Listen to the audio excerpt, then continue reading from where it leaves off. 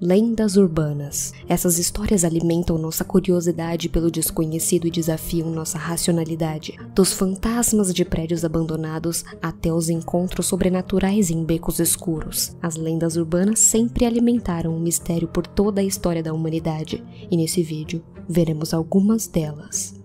A lenda da Matinta Pereira é uma das mais curiosas e assustadoras do folclore amazônico. De acordo com a tradição falada de boca em boca, a Matinta Pereira é uma velha bruxa que se transforma em uma ave todas as noites para fazer suas travessuras e causar terror entre os moradores da região. Seu nome vem do hábito de matinchar, que é como os moradores do lugar chamavam o ato de andar pela cidade durante a noite, sem destino nenhum. A origem exata da Matinta é incerta, mas ela é profundamente enraizada na cultura e na tradição da região amazônica, especialmente nos estados do Pará e do Maranhão. Acreditam que a lenda tenha sido transmitida de geração em geração por séculos, se adaptando às diferentes comunidades ao longo do tempo. A Matinta Pereira é descrita de várias maneiras, mas algumas características são comuns em várias versões da lenda. Ela é geralmente retratada como uma mulher idosa, enrugada, encurvada, com cabelos bagunçados e longos que cobrem seu rosto. Durante o dia ela se disfarça como uma mulher comum, mas à noite ela se transforma numa ave de asas escuras e olhos brilhantes. À noite,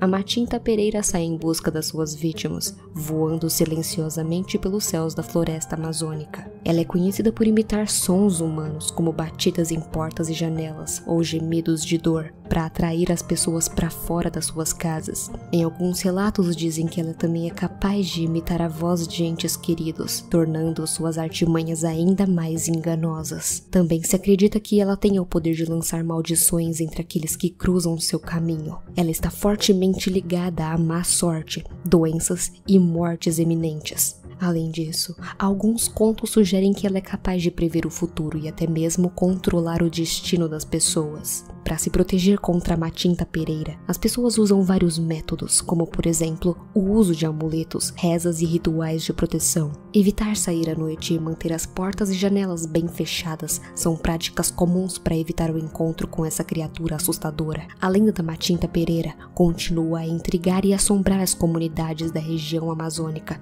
mantendo viva uma tradição rica e cheia de mistério.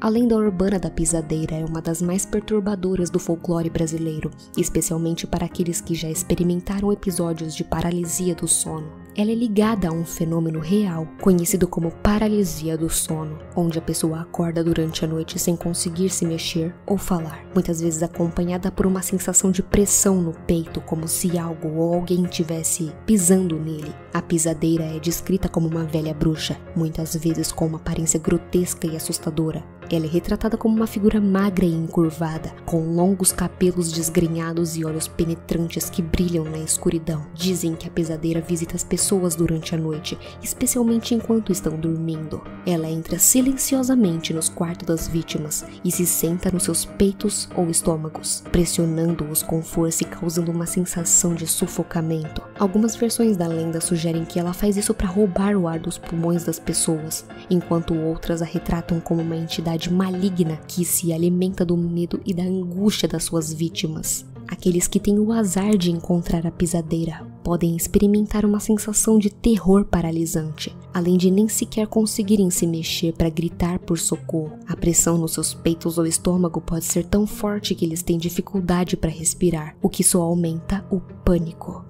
Para se proteger contra a pisadeira, as pessoas usam amuletos como crucifixos ou rosários, colocar um copo de água benta perto da cama ou até mesmo fazer orações antes de dormir. Algumas crenças populares dizem que a pisadeira tem medo do som de chocalhos ou sinos. Ter esses objetos por perto pode ajudar bastante a afastar a criatura. A lenda da pisadeira continua a assombrar as mentes das pessoas, especialmente aquelas que já tiveram uma experiência assustadora de um episódio de paralisia do sono. É uma história que desperta medo e fascínio.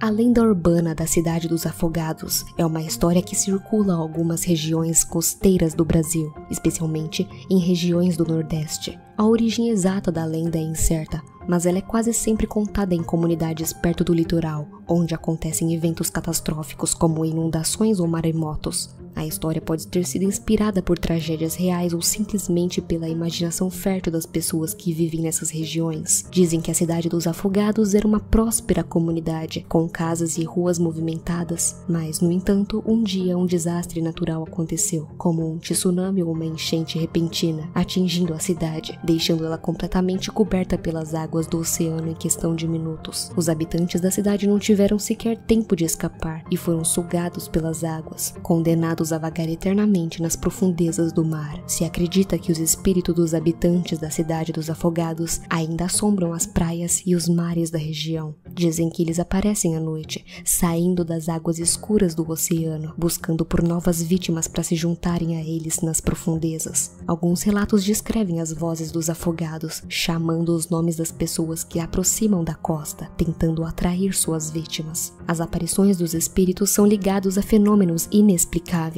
como luzes misteriosas ou sons estranhos vindo do mar. Algumas pessoas dizem ter visto sombras se movendo sobre a superfície da água, enquanto outras falam que viram figuras fantasmagóricas caminhando pela praia.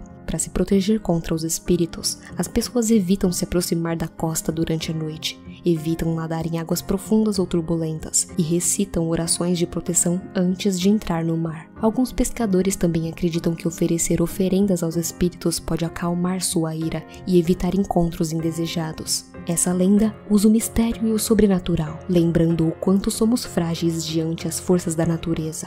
E para fechar com chave de ouro, a lenda urbana do vampiro de Niterói, que é uma das mais famosas do Brasil, especialmente na região de Niterói, no Rio de Janeiro. Essa história volta aos anos 70 e 80, e desde então tem sido tema de muitas conversas, especulações e até mesmo investigações. A lenda conta a história de um homem que teria sido um vampiro real, que viveu na cidade de Niterói praticando seus atos sobrenaturais e aterrorizando a população local. Dizem que esse vampiro era extremamente sedutor e habilidoso em atrair suas vítimas, geralmente jovens mulheres, para se alimentar do seu sangue. Alguns relatos sugerem que ele até mesmo mantinha um castelo ou uma mansão sinistra em algum lugar de Niterói, onde realizava seus rituais e se escondia da luz do sol. O mito do vampiro de Niterói ganhou ainda mais força quando começaram a surgir relatos de pessoas desaparecidas na região, colocando a culpa desses desaparecimentos nesse suposto vampiro. No entanto, nunca houve provas para sustentar essas acusações,